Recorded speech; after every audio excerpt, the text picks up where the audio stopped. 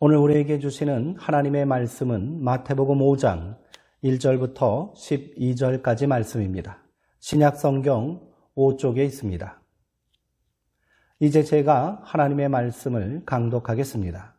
이것은 하나님의 말씀입니다.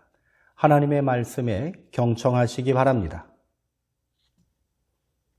예수께서 무리를 보시고 산에 올라가 앉으시니 제자들이 나아온지라. 입을 열어 가르쳐 이르시되 심령이 가난한 자는 복이 있나니 천국이 그들의 것이며 애통하는 자는 복이 있나니 그들이 위로를 받을 것이며 온유한 자는 복이 있나니 그들이 땅을 기업으로 받을 것이며 의에 줄이고 목마른 자는 복이 있나니 그들이 배부를 것이며 긍휼히 여기는 자는 복이 있나니 그들이 긍휼히 여김을 받을 것이며 마음이 청결한 자는 복이 있나니 그들이 하나님을 볼 것이며 화평하게 하는 자는 복이 있나니 그들이 하나님의 아들이라 일컬음을 받을 것이며 의를 위하여 박해를 받는 자는 복이 있나니 천국이 그들의 것임이라. 나로 말미암아 너희를 욕하고 박해하고 거짓으로 너희를 거슬러 모든 악한 말을 할 때에는 너희에게 복이 있나니 기뻐하고 즐거워하라. 하늘에서 너희의 상이 큼이라. 너희 전에 있던 선지자들도 이같이 박해하였느니라. 아멘. 복 있는 사람이라는 제목으로 하나님의 말씀을 함께 나누겠습니다. 예수 정신은 팔복 속에 오롯이 담겨 있다 해도 과언이 아닙니다.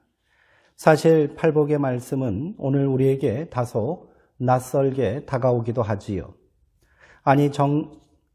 정직하게 말하자면 좋은 말씀이기는 하지만 불편한 것이 사실입니다. 우리가 어떻게든 피하려고 하는 생의 곤경 혹은 곤고한 상황을 복이라 하시니 당황스럽기만 합니다. 가난, 슬픔, 굶주림, 모욕, 박해받는 것을 좋아할 사람은 없을 것입니다. 차라리 풍부한 물질, 재미, 배부름, 대중적 인기가 더 매력적이지 않습니까? 예수님의 가르침은 아무리 후하게 보려 해도 반문화적인 것 같이 보입니다.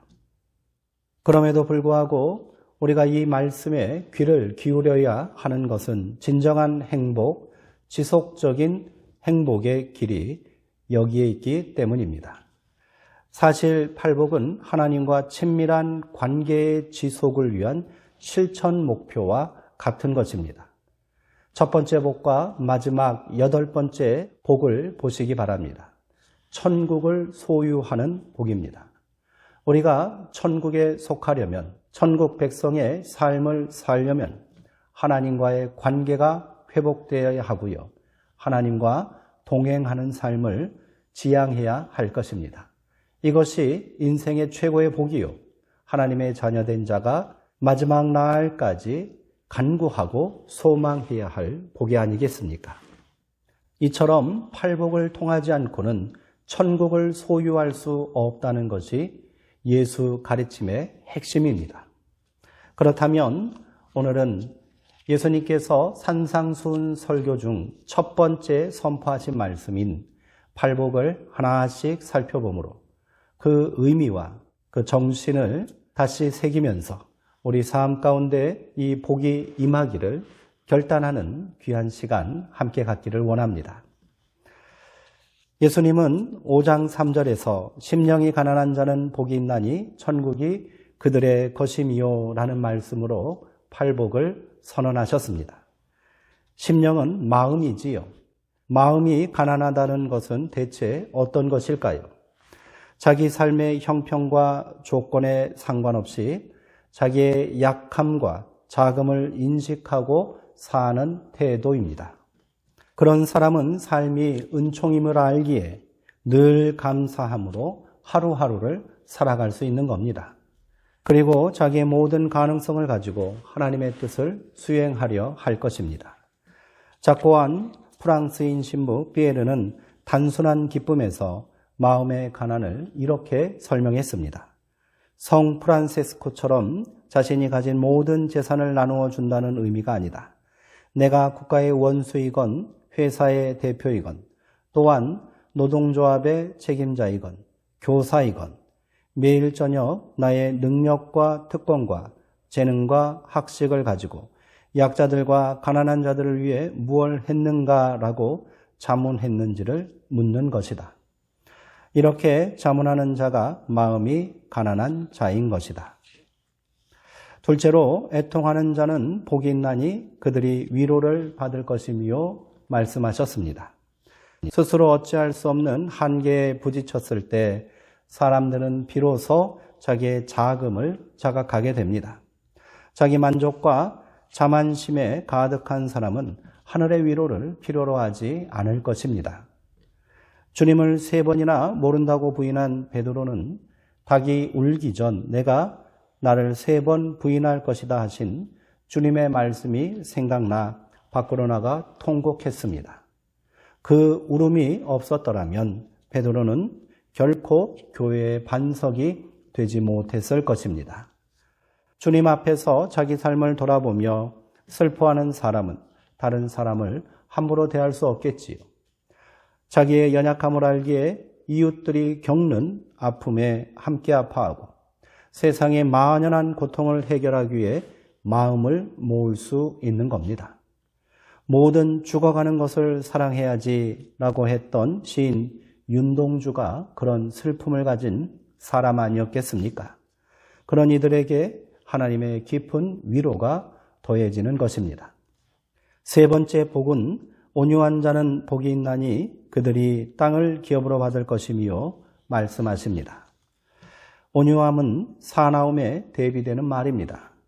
하나님을 믿는 사람은 제멋대로 날뛰는 감정을 다스릴 줄 알아야 합니다. 젊은 날의 모세는 성정이 급한 사람이었습니다. 그는 자기 동족인 히브리인들을 박해하는 애굽 관리를 때려 죽이고 몰래 땅에 묻었습니다. 하지만 그 사실이 발각되자 겁시나 광야로 도망치고 말았습니다. 그렇게 모세는 광야에서 하나님을 만나게 됩니다. 그리고 그 광야의 연단을 통하여 하나님과 동행하는 하나님의 사람이 될 수 있었습니다. 성경은 모세에 대해 땅 위에 사는 모든 사람 가운데서 가장 겸손한 사람, 온유한 사람이다 라고 평가하고 있습니다.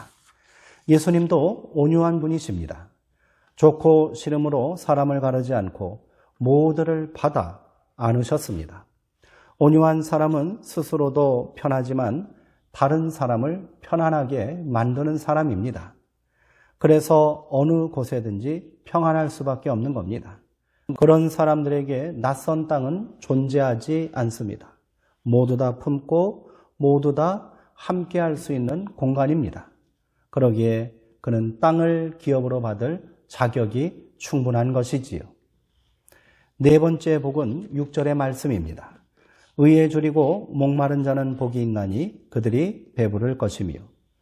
줄임과 목마름은 견디기 어려운 원초적인 결핍입니다. 사흘 굶어 도둑질하지 않을 사람이 없다는 말도 있지 않습니까? 예수님은 당신을 따르는 사람들이 의의 결핍에 대해 누구보다 예민하게 반응해야 한다고 말씀하십니다. 하나님의 의가 무너진 세상을 살면서도 결핍을 모른다면 그만큼 하늘로부터 멀어진 삶을 살고 있다는 반증이 될 것입니다.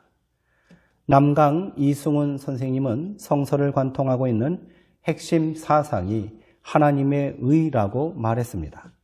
선생님의 말씀은 단순하고도 강력합니다. 도둑질은 의가 아니다. 간음은 의가 아니다. 이웃을 괴롭힘은 의가 아니다. 자기를 높이고 자기만 잘 살려는 것은 의가 못 된다. 의 속에 살아라. 의 속에 살아라. 이런 의기가 사라져 기독교가 힘을 잃었습니다. 우리는 이 마음을 회복해야 합니다. 하지만 우리가 잊지 말아야 할 것이 있습니다. 우리가 추구해야 할 의는 남을 비판하고 정죄하는 날카롭고 차가운 의로움이 아니라 불이조차 않아서 녹일 수 있는 부드럽고 따뜻한 의로움입니다. 이렇게 살 때 우리 영혼은 그만큼 더 든든해질 수 있습니다. 다섯 번째 복은 7절의 말씀입니다. 긍휼히 여기는 자는 복이 있나니 그들이 긍휼히 여김을 받을 것이미요. 긍휼은 자비를 말하는 겁니다. 자비라는 단어는 여성들의 경험과 관련이 있는 말입니다. 여자들은 태중의 생명을 건강하게 돌보기 위해 자기의 모든 것을 희생하고 마침내 출산이라는 고통을 감내합니다. 출산이 이루어지는 순간 어머니와 자식의 몸은 분리되지만 그 마음은 언제나 하나입니다. 자식이 어머니를 외면할 수는 있어도 어머니는 자식을 외면할 수 없습니다. 자기 태중에 그 귀한 생명을 품었던 아름다운 경험이, 기억이 남아있기 때문입니다. 예수님도 모성적 사랑으로 병든 사람, 귀신 들린 사람, 소외된 사람들을 품어 안으셨습니다. 거룩하다는 사람들은 그런 예수님을 두고 죄인과 세리들의 친구라 비아냥댔지만 예수님은 그 별명을 싫어하지 않으셨습니다. 이 마음이야말로 천국에 속한 마음 아니겠습니까? 이 따뜻함이야말로 기적의 원천인 겁니다. 자비로움은 줄어들고 사나움만 증폭되는 세상입니다. 자비로운 세상을 만드는 것, 그것이 주님의 자비를 경험한 사람들의 소명이라는 사실을 다시 한번 고백하길 바랍니다. 여섯 번째 복은 8절의 말씀입니다. 마음이 청결한 자는 복이 있나니 그들이 하나님을 볼 것이미요. 마음이 깨끗하다는 것은 하나님이 주신 본래 마음에 불순물이 끼지 않았다는 말일 것입니다. 그러나 세상에 티 한 점 없이 맑기만 한 마음이 어디에 있겠습니까?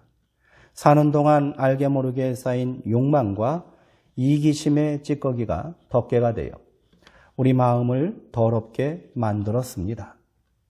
미움, 시기, 다툼, 교만, 악의 불손, 사나움, 오만함, 비겁함, 이기심 등 우리 마음은 이런 것들로 뒤덮여 우리가 하나님의 형상이라는 사실조차 잊게 만들고 있지요.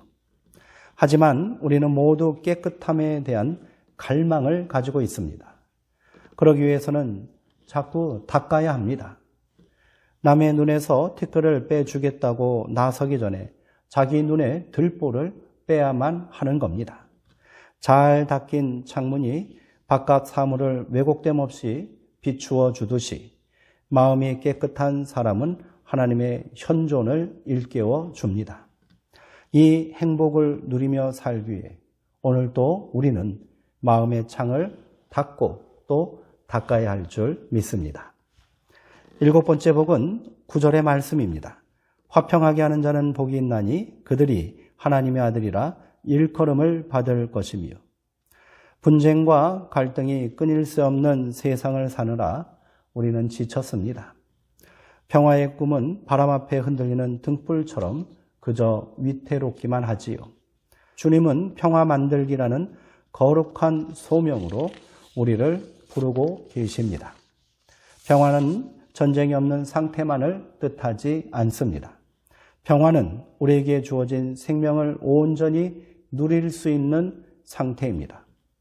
동화작가 하마다 게이코는 평화란 어떤 것일까라는 책에서 전쟁과 굶주림과 질병이 없는 세상, 다름이 존중되는 세상이 평화의 세상이라고 말합니다. 그리고는 이런 말을 덧붙이고 있습니다. 평화란 내가 태어나길 잘했다고 하는 것, 네가 태어나길 잘했다고 하는 것, 그리고 너와 내가 친구가 될 수 있는 것. 생을 함께 경축하는 것이 평화라는 말 아니겠습니까? 평화를 만드는 사람은 누군가의 설당이 되어줍니다. 평화를 만드는 사람은 삶이 은총임을 상기시켜줍니다. 평화를 만드는 사람은 이런저런 분리의 담을 허물어 사람들이 서로 소통하게 만듭니다. 평화를 만들기 위해 애쓰는 사람이야말로 하나님의 자녀들인 것입니다. 부디 우리의 발걸음이 닿는 곳마다 이런 평화의 꽃이 피어나는 역사가 일어나길 소망합니다. 8번째 마지막 복은 10절의 말씀입니다. 의를 위하여 박해를 받는 자는 복이 있나니 천국이 그들의 것임이라. 의를 위해 박해를 받는다는 말은 이 세상이 불의하다는 사실을 전제하고 있지요. 불의한 세상에 이의를 제기하는 사람은 언제나 어려움을 당하게 마련인 겁니다. 예언자들은 박해를 받거나 죽임을 당했습니다. 하지만 그들은 죽음 너머에 있는 하나님의 큰 생명과 하나가 되었으니 행복했고요. 잘 살았다고 할 수 있습니다. 하나님의 뜻을 수행하기 위해 노력하다가 박해를 받는 사람은 그래서 복 있는 사람인 거지요. 우리의 영혼은 언제나 하나님의 생명 싸개 속에 있기 때문입니다. 11절은 의를 위하여 박해를 받는다는 말을 적극적으로 해석하고 있습니다. 나로 말미암아 너희를 욕하고 박해하고 거짓으로 너희를 거슬러 모든 악한 말을 할 때에는 너희에게 복이 있나니. 성령 강림 이후 사도들은 예수를 따르고 예수 정신을 살리기 위해 일하다가 모욕을 당하고 박해를 당할 때마다 기뻐했답니다. 고난을 통해 그리스도와 깊은 사귐에 들어가고 있음을 알았기 때문입니다. 본을 바로 세우는 것처럼 시급하고 중요한 일은 없습니다. 기독교인으로 살아간다는 것은 결국 예수님의 마음을 품고 산다는 뜻일 것입니다. 우리는 그 마음을 되새기고 또 되새겨야 합니다. 기독교인은 욕망의 지배를 거절하고 하나님의 뜻에 따라 삶을 조율하며 살아가는 사람들입니다. 살아가는 동안 우리의 모습과 마음 씀씀이가 점점 예수를 닮아가기를 바랍니다. 팔복의 말씀을 통해 기량식을 두둑하게 마련했으니 이제 길을 떠날 때입니다. 내게는 너무 어려운 말씀이고 버거운 말씀이다 생각하지 마시기 바랍니다. 예수님은 우리가 어린아이 같지 아니하면 결단코 천국에 들어갈 수 없다 하셨습니다. 어린아이와 같음은 어떤 것일까요? 그것은 아버지를 향한 절대적인 순종과 신뢰의 마음인 것입니다. 하나님의 말씀은 절대적으로 선하고 진리라고 믿는 마음, 그래서 내가 반드시 순종하고 지켜야 한다는 마음, 그 마음이 어린아이 같은 모습인 겁니다. 이렇게 우리가 다시 하나님의 말씀 앞에 섰습니다. 그 말씀을 지켜 행함으로 복 있는 삶을 사시기를 주님의 이름으로 축원드립니다. 기도하시겠습니다. 만복의 근원 되시는 하나님, 우리 주님은 그 하나님의 마음을 닮은 사람이 천국을 소유하는 축복의 사람이라 선언하셨습니다. 오늘 이 말씀을 우리가 함께 나누었습니다. 이 말씀이 나의 고백되게 하시고 내 삶의 변화와 결단이 되게 하옵소서. 세상이 외면하고 때로는 세상으로부터 조롱과 시비와 박해를 받을지라도 하늘의 복을 절대로 포기하지 않게 하옵소서. 성령님, 우리를 도와주옵소서. 예수님의 이름으로 기도하옵나이다. 아멘.